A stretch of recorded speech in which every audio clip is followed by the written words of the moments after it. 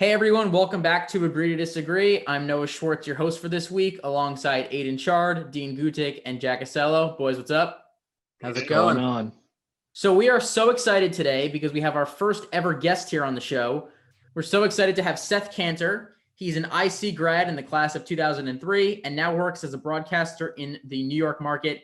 He works as the radio play-by-play man for the New York Boulders, a baseball team in my area, and has worked at a few local radio stations as well, including WFAN and 1010 Wins in New York. So we're so excited to have him on. Seth, how are you doing? Doing well. Always happy to help out my Ithaca friends, guys. Thank you for having me. No problem. So the first thing I want to ask you is about Cortica. This was supposed to be Cortica week, and it's not happening now, obviously. Oh, wait, was it? Yeah, this is Cortica week. A year ago, we were at MetLife Stadium. What was your best Cortica memory from your 4 years of college? Oh boy, my best Cortica memory. All right. So the first year that I was at Ithaca College, I was a sideline reporter for WICB, and I was actually able to interview a police dog on the sideline during the game. So I had an interview with a police dog during the sideline. Boy, there were so many memories. There were so many great games when I was there. So I would have to say the one that stands out to me was my sophomore year. Cortland had a home stadium. It was a mud pit. It was called Chugger Davis Field, all grass. It was a rotten, terrible day. And Ithaca was leading late.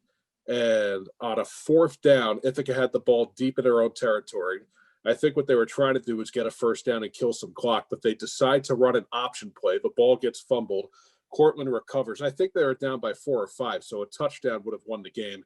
Cortland gets the ball back, but Ithaca stands defensively, and Ithaca wins the game. So I would say that was probably my fondest memory of Cortica. It was really a very tense situation, as those games tend to be, but I would say that would be number one on my list, in addition to the police dog. I just have you mentioned being a sideline reporter in your first year. So that's one of the things that I've loved about Ithaca. Do you think that getting the experience from day one has helped you move on in your career? Oh my goodness, absolutely. Everything that I've accomplished in my career, I owe to Ithaca College. When I started at Ithaca, my goal, as in I think everybody's goal at Ithaca, is to be the play-by-play voice for the football team. No disrespect to the other programs, that's just the premier job. So how did I get there? I was a DJ on VIC at 12 o'clock to 2 o'clock on a Saturday morning. So while my friends in college were doing whatever it is they were doing at that hour, prank calling me, I was DJing and playing songs like All I Want from Toad the Wet Sprocket. I'm really dating myself right now. So that's how I started. I started as a DJ on VIC, and I remember, I don't know when you guys, I know you're not in school right now, but I remember at my very first sports meeting, or one of my first sports meetings, they needed somebody, it was a Monday, and they needed somebody on a Wednesday to go cover a field hockey game, do play-by-play on WICB for a field hockey game. So everybody was hesitant, and they needed somebody to step in. So I raised my hand. I'd never covered field hockey before. So I stepped in and I covered field hockey. It was a situation where I had to set up, I don't know if you guys still use what's called the RPU up there, the antenna that WICB uses to broadcast games on campus, as opposed to using a Comrex or a mixer, which is what I used, but it involved a technical setup that I'd never even done before. I had no idea. I had to go call a sport that I'd never even watched before, but it was a great experience because it made me uncomfortable, and it proved that when you raise your hand and you say yes to opportunities that might be a little bit out of your comfort zone, it opens up the door to other opportunities. And what do I mean by that? Eventually I started calling football games on VIC. I don't know if VIC and ICB both do the football games anymore, but I started doing football on VIC. Second semester, sophomore year, I became the sports director for ICB, a job that I held for nearly 2 years. Then I started doing play-by-play. So by raising my hand and calling a sport that I'd never really called before, even before that, DJing for music that didn't really interest me, but knowing it would open the door for another opportunity, it proved to be a valuable experience. So that's why I chose Ithaca, because I knew I could get that hands-on experience right away. Yeah, definitely. One of the things that you hear so often, at least when you're going in, I also toured Syracuse. I think what all of us have done so far, we're in the middle of our second year. We would have never have gotten even close to accomplishing what we have so far if we were at Syracuse. You have to wait sometimes till junior year. So Ithaca really gives you an opportunity to make yourself known. Yeah, Syracuse, listen, it's a fine school. I'm not going to absolutely. It's a fine school. They have a lot of terrific broadcasters. I actually got into the School of Education. I didn't get into Newhouse, which was very disappointing for me at the time. So I looked at it and I said, okay, it might take me 2 years just to get into the School of Communications. And then how long was it going to take me after that? Because the competition there is so fierce, which also builds character. I think it's good to be involved in a tough situation like that. But the fact that I got into Ithaca College, for me, once I got into Ithaca, it was an absolute no-brainer. By the way, I like the Rangers decal in the background too. Good choice. Thank you. I'm Absolutely. the only Ranger fan on here. Can you believe that? What else do we have here? We have Islanders and Devils fans. I'm an Islanders fan. Yeah. Islanders fan. I'm Bruins. I'm from Massachusetts, so. Oh, the Yeah, Islanders. we're weird on this show. We've got one Saints fan, Aidan, and then we've got a Clippers fan in Dean. Me and Jack are the New Yorkers, but the other two guys, they've got their weird mix of teams that they root for. Yeah, they're It's all strange. Okay, Lakers fan Noah. Oh, yeah, whatever. Team to my- team. I'm the only true New York, only teams I root for in New York. Oh my goodness. Fair Well, I'll enough. say this. I'm a Rangers fan saying this. The Islanders right now are probably among the most stable franchises, even though the Rangers are in the midst of a rebuild right now. Yeah. So the Islanders are probably one of the premier teams in New York at the moment, and they've done fairly well over the last couple of years with Lou. Well, speaking of stable franchises, we had a baseball team that was sold just a couple of weeks ago, and it became official just the other day on a press conference. I'm a huge Mets fan. What were your thoughts as a New Yorker on the Steve Cohen sale for the New York Mets? Oh my goodness. How could you not be thrilled? I mean, he hit that press conference out at the park. Yeah. And I actually think he downplayed what he's going to do just a little bit. He said the Mets wouldn't go out and spend like drunken sailors, but you already hear that the Mets could be in play for Trevor Bauer. You know, there's a love fest going on between Sandy Alderson and Trevor Bauer in the media. I don't know if they'll be able to land a guy like JT Realmuto. I'm wary about paying a 30-year-old catcher a lot of money for the next 7 or 8 years, whatever it might take. But I think it's clear right now the Mets are going to be players, whether it's by free agency or whether it's by trade. And on the other side of town right now, you know, the Yankees just came out and said they lost a ton of money. So the question I have from a Yankees standpoint, not to make this a Yankees versus Mets thing, what I liked about Cohen was the fact that he didn't come out and take on the Yankees. He said the Mets want to build their own culture. And he was competing with 29 other teams, not just the Yankees, which I thought was a very wise move in a market like this. But, you know, the Mets could be players in free agency. And then you look at the Yankees right now, are they even going to bring back a guy like DJ LeMahieu? And what are they going to do about their catcher situation? They're talking about guys like Yadier Molina, who I don't think is a long-term answer, but they might be able to get him on the cheap. So I think the Mets are in position right now. If they do things the right way, they can grab a lot of attention in this town. And if you're a Mets fan, how could you not be thrilled? Yeah, it's Noah really and great. Noah and I have been absolutely thrilled. Switching from an organization that's looking like it's turning the corner to one that's at the bottom of the barrel. Let's talk about the New York Jets. As you probably know, Monday the Jets looked like they almost had a chance of getting a win, and then the brilliant mind of Adam Gase, they blew a 10-point lead with 6 minutes to go. What do you think? Do you think that set Adam Gase's fate? Do you think he's definitely out after the end of the season? And also, with Sam Darnold having injuries, do you think it's time they move on from him? So I think Joe Douglas coming out and supporting Gase is something that Joe Douglas had to do about a week ago. I know Jets fans went crazy because, they said this is a sign that they're going to keep Gase. Listen, if the Jets lose every game, I don't see how they're going to keep the head coach. I think Joe Douglas just came out and did what he had to do in backing Adam Gase right now. You don't want to set a dumpster fire in the middle of the season. And I don't think firing the coach right now is going to do much good at this point. I think the 2020 Jets season is set in stone. We all know what's going to happen. So I do think the Jets turn the page after the season ends. I do think they move on from Gase. The only thing that scares me, the only thing that worries me about potentially keeping Gase is he has a relationship with Joe Douglas. And it might be determined because the Jets, they've had some missing pieces this year. They've been especially banged up at their wide receiving core.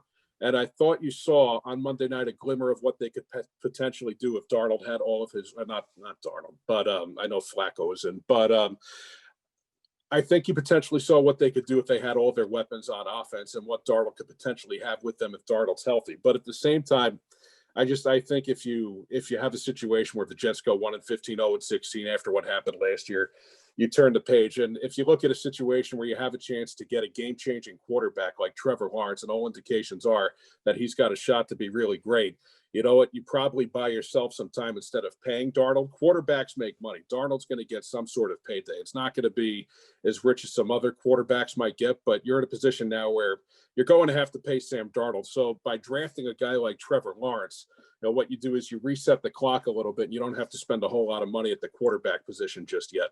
So I do think they're going to move on from Adam Gase, and they're probably going to start a new chapter here. As long as they get the first pick, you're probably looking at Trevor Lawrence. I don't see the Jets being in a situation where they're going to trade down. They have a haul of draft picks, and they got a lot in that Jamal Adams trade. So I do think Lawrence is probably the direction they'll go.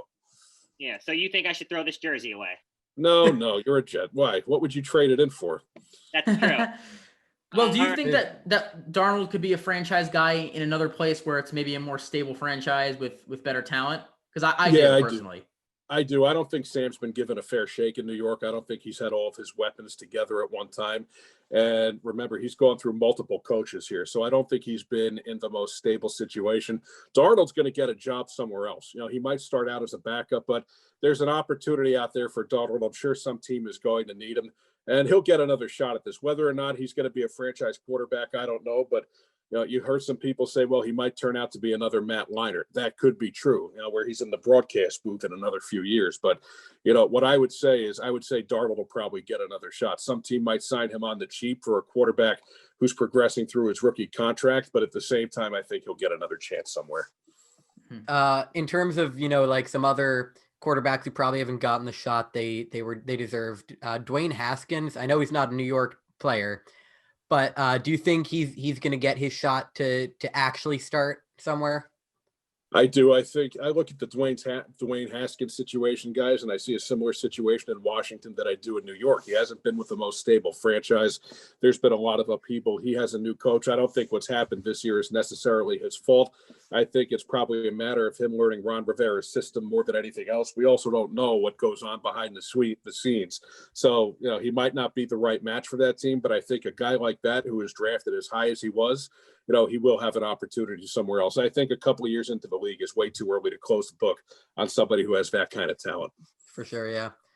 Yeah, I have to agree, and it's got to be tough for him. He started, 13 games under 3 different head coaches and got benched. Right. It's not exactly the most stable situation. It's not the way you want to start your career. You need a little more stability in a franchise that is going to put some better weapons and situations around you. Who do you think is the best rookie quarterback out of all the ones that we've seen start so far? Ooh, it's probably too early to judge Tua. I'm very impressed with Justin Herbert. Yeah, I agree. He looks phenomenal. I would say Justin Herbert out of all of them probably has the most upside right now. Listen, I mean, it could be a situation. So you look at the NBA, Zion was hurt and then he had a strong finish. And you might say Zion was the best rookie out there towards the end of the year, even though Ja Morant looked great. So I'm looking at that from an NFL standpoint. And from an NFL standpoint right now, I'm optimistic that Herbert's got the biggest upside, but we might say Tua at the end of the year. The Dolphins are a pretty good team. They're not bad. They're a playoff contender, so it could be him. But right now I would go with Justin Herbert. Dolphins being a playoff, I don't think anybody saw that one coming at the beginning of the season. No, Dolphins being 5-3, second place in the division. Times have changed in the AFC East. Look at the Bills knocking off the Seahawks. The Bills have been looking for a statement win like that for the last couple of years. You know, the question with Sean McDermott was, could he get his team a big win? And not only did he get a big win, but he certainly impressed. Now, I know Seattle's defense isn't that great, but you look at the Bills and you look at the things that are going on in the AFC East right now, I think you can probably kick dirt on the Patriots this year, even though they beat the Jets. But, you know, you can make the argument right now that the Bills and then the Dolphins are the top 2 teams in the AFC East. Yeah, absolutely. Definitely a change there. So in terms of Joe Judge, I want to move back to New York a little bit. The team isn't winning, but they seem to be playing really hard and developing. Have you been impressed by the head coach? I love Joe Judge. I think the players. So I think the issue with the Giants is this. I think the issue with the Giants is right now probably more about the roster that Dave Gettleman has assembled. And I think the Giants are doing the best they can with the pieces that they have. What I look for is intensity more than anything else. And I look for fourth quarter leads. And I think those are 2 things that the Giants have had. Now, you look at the Giants' record, they could very easily have 3 or 4 more wins. I think it's a matter of the fact that they probably don't have the personnel that other teams have. I think they're raw. I think Judge is probably learning on the job a bit as a head coach, but look who he's learned from. He's learned from Bill Belichick, and he's learned from Nick Saban, and he inspires the team. You can see he motivates the team. He's diving in the mud during practice with the team. He has life. He has energy. So I think once the Giants get the players, and it might mean moving on from Dave Gettleman, which would be interesting because if Daniel Jones ever comes to fruition, we've seen flashes, but there's been a lot of inconsistency. You're going to tie that back to Dave Gettleman. And if Joe Judge becomes a good coach, you're going to tie that back to Gettleman too. But it's a matter of what Gettleman has done with the rest of the roster. But I think Joe Judge has a bright future. And I think once the Giants get some players, I think you're going to see a lot of these fourth quarter leads, which they've blown, unless they play Washington every week, which is impossible. But a lot of these fourth quarter leads, which they've blown, I think those are going to turn into wins. So I think he's more of the solution and not the problem. They did come really close to beating the Bucks. It was 24-22 or something. Yeah, and I thought they could have won the game without that late penalty. Yeah, 25, and that was a ticky-tack penalty, I thought, in the end zone that, that didn't, in my mind, it didn't decide the game. The Giants had other opportunities. You have a lead like that at home down the stretch. You shouldn't have to rely on a call like that. But to me, it's more about the program that a guy like Joe Judge is building, and they're leading in the fourth quarter. I just think they need some better talent to make some plays, and I think they'll be there. Now, you mentioned the Giants, of course, and of course, Daniel Jones' inconsistency. Do you see the Giants drafting another quarterback under Joe Judge, or do you think they could go another route? I'll say this. I think it's too early to pull the plug on Jones. The Giants aren't going to, unless you're talking about Trevor Lawrence, which the Giants aren't going to get. They're going to have too many wins. I think the Giants are going to pick off a couple of more wins here. They'll probably end up going, I would say, 4-12 or maybe 5-11. Who knows? They got a shot at making some noise if they win this week against Philadelphia. They'll be go 5-11. You might win the NFC East too. You could. And get a home game in the playoffs, right? So, I mean, listen, that's all that matters. That's all that matters. You got to win the division. I think the Giants are so depleted at other positions. I still like to see some help. It's the same story with the Giants to me every year. I think, they do need some playmakers at the wide receiver position. Golden Tate has been a massive disappointment. I mean, the way Golden Tate was sold to the Giants fans, well, he's going to come in and talent-wise be another Odell Beckham Jr., and now he's giving you headaches like Odell Beckham Jr. did. He's probably half the player in terms of that. How's Saquon Barkley going to bounce back at running back? Devontae Freeman, I don't think, is a long-term solution because he's fragile. But, you need Saquon Barkley to pick it up a little bit in the pass blocking game. And how's he going to bounce back from an ACL injury? It's a severe ACL injury, and he's going to have a payday coming up. You're going to have to take care of him too. So that's another issue the Giants have. They're going to have to pay Barkley. But my point is the Giants need some playmakers, and they need a little bit more of a pass rush on defense too. I like what I see from a guy like Blake Martinez. I think the Giants have done a good job in there. Great pick. Yeah. So I think the Giants, they've shown signs of improvement on defense, but at the same time, I still think they need so much more. I don't know if Daniel Jones is the issue yet. I probably give him another season because he has shown some flashes. He's got a strong arm. He can run fairly well. I just think he needs some better pieces around him before you can fairly judge him. Last football one for me, Super Bowl pick. Ooh. Right now, at this point. I was going to say the Bucks until they got walloped by the Saints. Yeah, I was thinking that last week myself. Bucks never had a chance of making it, not with a washed quarterback. Okay, Saints fan. I was going to say the Bucks, and then, the Packers have been inconsistent. They've had a couple of big wins. Oh boy. I would say in the NFC, what scares me about the Seahawks is their defense. But as long as Russell Wilson is performing at such a high level, I'm kind of leaning towards the Seahawks right now in the NFC. I don't think anybody out of the NFC East is going to take it. I would say I'm taking a look, and I'd probably say the Seahawks or the Saints out of the NFC. And I think, how can you not go with the Chiefs in the AFC? How can you not at this point? I think the Chiefs, you look at Patrick Mahomes, and he's just a man among boys out there. And what other team out there is going to put out a quarterback that's going to be like him in a big situation? So and they're the defending champion. So I would go the Saints or Seahawks in the NFC, and I'd go the Chiefs in the AFC. And I'm going with the Chiefs again to repeat. I know that seems like an easy choice, but that's where I'm leaning right now. Mm-hmm. And so it's a fair choice. They've looked just as good this year as they have in years past. I mean, it's hard to pick against them right now. That's where I'd lean. I'd like to see. I don't know if the Bills are totally for real yet. I have to see the Bills go deep into the playoffs. They beat the Seahawks. That was an incredibly big win for Buffalo, but how much further can they go? And then, I look around the league. Listen, Pittsburgh, I left out Pittsburgh. Pittsburgh's undefeated right now. I think Pittsburgh, if they get a home game and if they play the Chiefs in the AFC Championship game, how can you rule out the Steelers? Right. So, I'm leaning towards the Chiefs, but maybe the Steelers come out of the AFC. They look as dominant as I've ever seen them now. So. Mm-hmm. And then you need a winner. The Chiefs. And then if the Chiefs don't win, I'm assuming the Steelers will be there in their place, and I'd probably take the Steelers right now. Very interesting. All right. We talked about football. We talked about baseball. I want to move on to basketball. As you know, the New York Knicks, they are just dysfunctional as ever. But once again, you can say we're going into a season with kind of a new era. Leon Rose is the man at the top. They just hired a new head coach. What are your thoughts on Tom Thibodeau, what he'll bring to the team, and what do you think the Knicks will do with the number 8 pick? Well, I think I'll start with the second question. There's a lot of talk. Can the Knicks trade up to number 2? The Warriors have the number 2, right? And right now, LaMelo Ball actually dropped in a lot of mock drafts, and he's going to the Warriors. Can the Knicks be in a situation where they trade up to get the number 2? There'd be a lot involved in trying to get that pick. So that's the first thing. I do think the Knicks need a point guard. They need a point guard more than anything else. So, I think that's the area of focus for the Knicks right now. But I will say, in terms of Tom Thibodeau, I grew up on those Knicks teams of the early to mid 90s where they were in game 7 every year and they were never able to seal the deal, whether it was against the Bulls, whether it was against the Rockets the year Michael Jordan retired, whether it was against the Heat. The Knicks had so many good teams. And Tom Thibodeau was on Jeff Van Gundy's staff after Pat Riley. And Thibodeau, I'll tell you what, with Thibodeau, you're going to get a guy that's going to work the team hard. You saw the turnaround he had in Chicago. You saw the turnaround he had in Minnesota.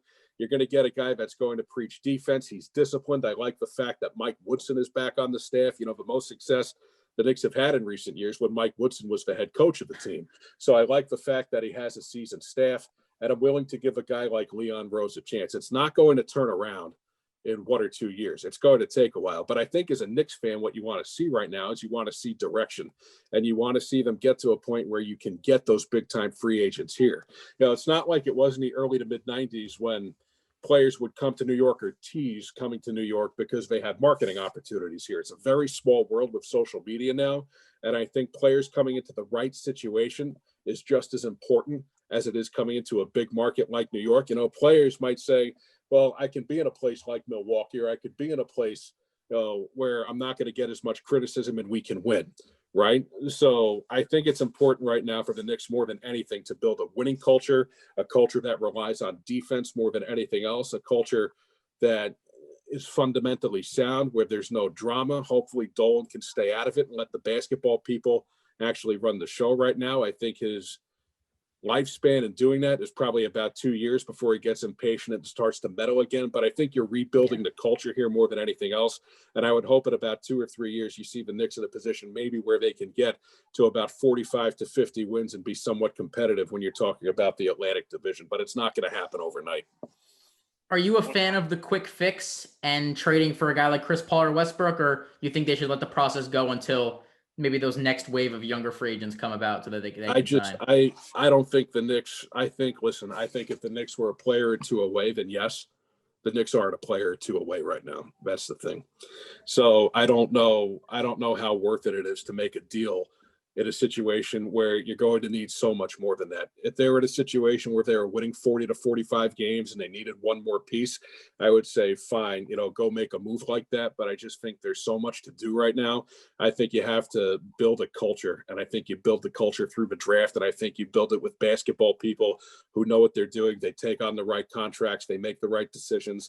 They pick the right young players, and they build the team that way. So I would stay away from the quick fix right now. I just don't think the Knicks are there quite yet. Yeah. Now you mentioned, of course, the Knicks and the draft. I want to ask you about the draft. Who do you think goes number 1, and who's your personal premier player? LaMelo Ball, Anthony Edwards? I still think so. There are a lot of mock drafts out there that have LaMelo Ball falling a bit. I still think LaMelo Ball is number 1 right now. more than anything else. I look at this draft and there aren't a lot of names. So you look at drafts in previous years, and there are a lot of these top, really, sexy names more than anything else. This draft, in my mind, is more about balance than anything else. I think you have some depth from 1 through 10. I don't know if there are many names aside from Ball that are going to get your attention. But what I do think is you can do just as well at 8, 9, or 10 as you could probably do at 2 or 3 right now. So I'm not necessarily sure if the Knicks can't get LaMelo Ball at 2 and they have people that know where he might fall more than I do. If you can't get him at 2, I don't know if I'd make a move and try to trade everything I can to get the number 2 pick in the draft. I actually think you could do just as well as where they are right now as opposed to trading up. You got something, Aidan? Yeah, I wanted to go to the other New York basketball team. We heard a lot of talk last offseason about how good the Nets were supposed to be, but we've still yet to see Kyrie and KD play together, and they've got a new coach. So how are you feeling about the Nets this upcoming season? I'll tell you what. I mean, it's very interesting. It's very interesting what they did with their head coaching position, but it seems to be that teams, not only in basketball, are going more towards first-time head coaches and managers. So we'll see. It was very interesting. Kyrie Irving, his remarks were very interesting about Steve Nash, how he's going to be more of a collaborator with the team. You almost got the sense that Irving thinks Nash is going to be more of a passive participant than he's actually going to be a head coach. But you look at their staff. What did they add? Amari Stoudemire, right? Mike D'Antoni. Well, you're not bringing Mike D'Antoni in for defense. I can tell you that. As a Knicks fan, and that was his biggest issue with the Rockets, where he basically stays out of the huddle when they're diagramming defensive plays. Listen, I'm very wary about Kyrie Irving in a situation where he has to lead. I'm very wary about him popping off and being distracted. Now, apparently Kevin Durant's playing ball, and he's looking pretty good for what I understand. If you're looking at a 1-2 punch talent-wise, I think they're as good as anybody in the league. But, I kind of look at the Nets. It's interesting. I kind of look at the Nets in the NBA like I look at the Buffalo Bills. I'll believe it when they get to the Eastern Conference Finals more than anything else. Talent-wise, I think they have the right mix if Durant's healthy. I worry about Kyrie Irving melting down at a big spot more than anything else. And can Durant stay healthy after a severe injury? I remember Patrick Ewing had an injury like this. And when Patrick Ewing came back from that injury, I know there are different types of players, but Patrick Ewing tore an ACL too, or it was an Achilles Patrick Ewing tore. And he wasn't the same player. And it took a while for him to even get back to the level he was close to. So it's going to be interesting to see. Kevin Durant looks good in pickup games right now, but how's Kevin Durant going to be when he goes for about 35 to 40 minutes on that leg, trying to recover from a serious injury like that? But I do think from a winning standpoint right now, because Nets and Knicks fans, they have that age-old argument in New York. Well, it's a Knicks town, but the Nets are winning and they're flying under the radar. If you're looking at teams that are better positioned to win, I'm saying the Nets are definitely more positioned to win now than the Knicks are. The Knicks have a lot of work to do. So from a talent standpoint, I think the Nets can be competitive, be near the top of the Atlantic Division. Who do you think comes out on top of the East? Because there's a lot of, the West, it's probably going to be Lakers or Warriors. In the East, there's a lot of teams that could be contending. Oh, listen, I was surprised by how far Toronto went last year without Kawhi Leonard. Don't sleep on the Sixers. Daryl Morey's coming in, and he's going to find a way. I think he's going to find a way based on his track record to make that work. So the teams I'm looking at in the Eastern Conference right now, I'm still taking the Raptors seriously. Obviously, the Bucks with Giannis. And then I think the Sixers, with new basketball people in place, I think the Sixers have a chance to turn it around. I really do. So those would be my 3 that I'm leaning towards right now. I think the Nets, if everything falls right, the Nets could be in a situation where they're in the Eastern Conference Finals. Yet I think it's going to take a little while for Durant and Irving to gel. But, those are the 3 teams that I'm looking at in the Eastern Conference. I still think, even though Stan Van Gundy's down in New Orleans, Zion's going into a second year, I still think they're a few pieces away from doing any real damage. Miami, how could you count out Miami? They go to the NBA Finals last year. I think they raised some eyebrows and surprised some people. So I'd have to put them in that mix too. So if I'm looking at the Eastern Conference, you throw Miami into the other 3 that I mentioned, that's probably where I'm leaning right now. I don't know how you can't really say the Bucks and the Heat would probably be the favorites at this point, given how they ended last year. So that's probably where I would go. Just to be clear, you're not taking the Knicks. No. All right, No, last talk to question me. before we wrap up. We talk about it a lot on the show. We always do. In 2 words, who is the best player that's ever played in the NBA? Oh, Michael Jordan. Thank you. Thank you.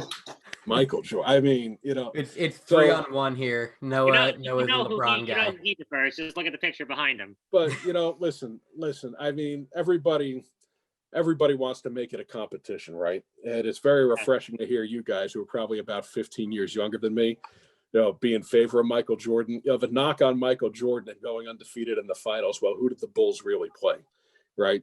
They didn't really get pushed in any of those series. They were leaps and bounds better than the teams that they played. But I've never seen a player as complete as Michael Jordan in terms of being a scorer. Now, LeBron does a lot of different things. He's more of a penetrator than Jordan was. He might be more of a facilitator. Jordan was more of a sharpshooter. But, in my mind, it's Jordan based on what I've seen. But you know what? You get guys from the 70s and they might say Wilt, and you get guys who might say, well, it was Bill Russell. I think, guys, as we talk about best players, I think it's more about an era that you grew up in than anything else. And I think every fan of every era that's watched a team has a case to make for any player that they've seen more than anything else. I think it's more about eras now than it is individual players who are the best to play the game. Well put. That's going to do it for us. We're out of time. So thank you so much, Seth, for coming on. You're our first ever guest, so you'll always have that honor and you'll be recognized for that. Thanks again for coming on. It's been great having you. For Noah, Jack, Dean, and Aidan, this has been Agree to Disagree. Listen to us 10:30 to 11 on VIC. Have a good weekend.